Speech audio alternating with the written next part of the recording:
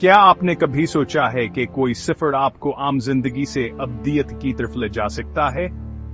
कभी कभी एक रास्ता जो हमें आमद खाई देता है, दरअसल रूहानी बेदारिया और अंदरूनी तब्दीली की तरफ ले जाता है। ये सफर सिर्फ जिस्मानी नहीं बल्कि दिलावर रूह का भी होता है, जहां मोहब्बत सिर्फ अल्लाह के लिए हो और हर मुश्किल रूहानी बेदारी की सीढ़ी बन जाए।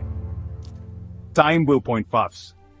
ऐसे माहौल में हर रुकावट एक सबक बन जाती है और हर कामयाबी अल्लाह की रजा के लिए वक्फ हो जाती है।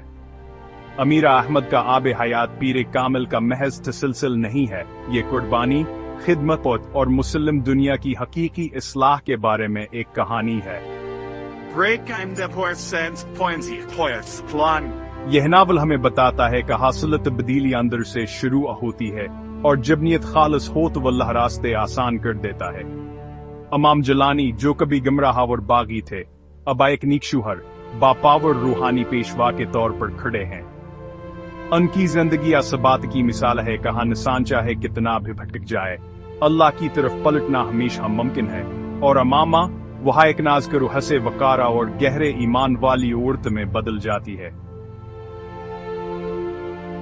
ब्रेक। इसकी शख्सियत में जो मजबूती और बर्दाश्त आती है, वो हर औरत के लिए एक मिसाल है का ईमान और मोहब्बत इंसान को कितना बुलंद कर सकते हैं। नावल में अमामा एक ऐसे तालीमी निजाम का ख्वाब देखते हैं जहां इल्म, किरदार और ईमानी जा हो जाएं। वो चाहते हैं कि इंसान सिर्फ किताब या इल्म न सीखे बल्कि अमली जिंदगी में बेदियानता और अखलास को अपनाए। वो समझते हैं कि मुसलमानों को सिर्फ दुनियावी जिंदगी में कामयाब नहीं होना चाहिए बल्कि अमला और दियानत वाले लोग बनना चाहिए।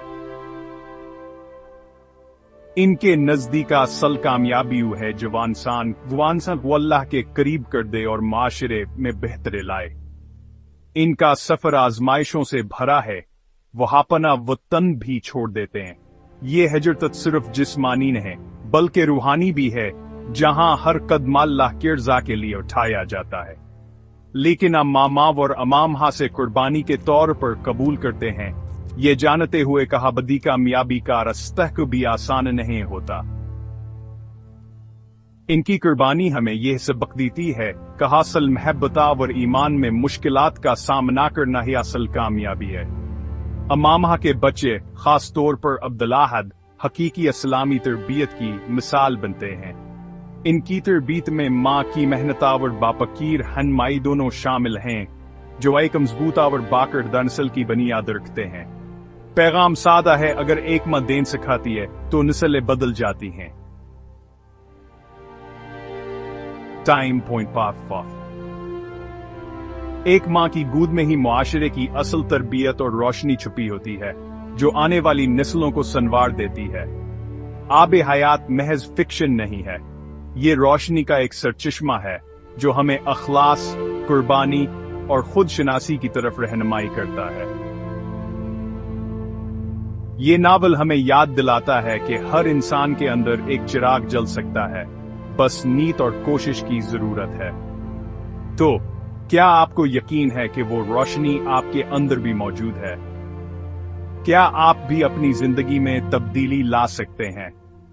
मुझे तबसरों में बताएं और ईमान के दिल में मजीद सफर के लिए सच्चाई के पीछे की हकीकतें को सब्सक्राइब करें। अल्लाह हाफिज।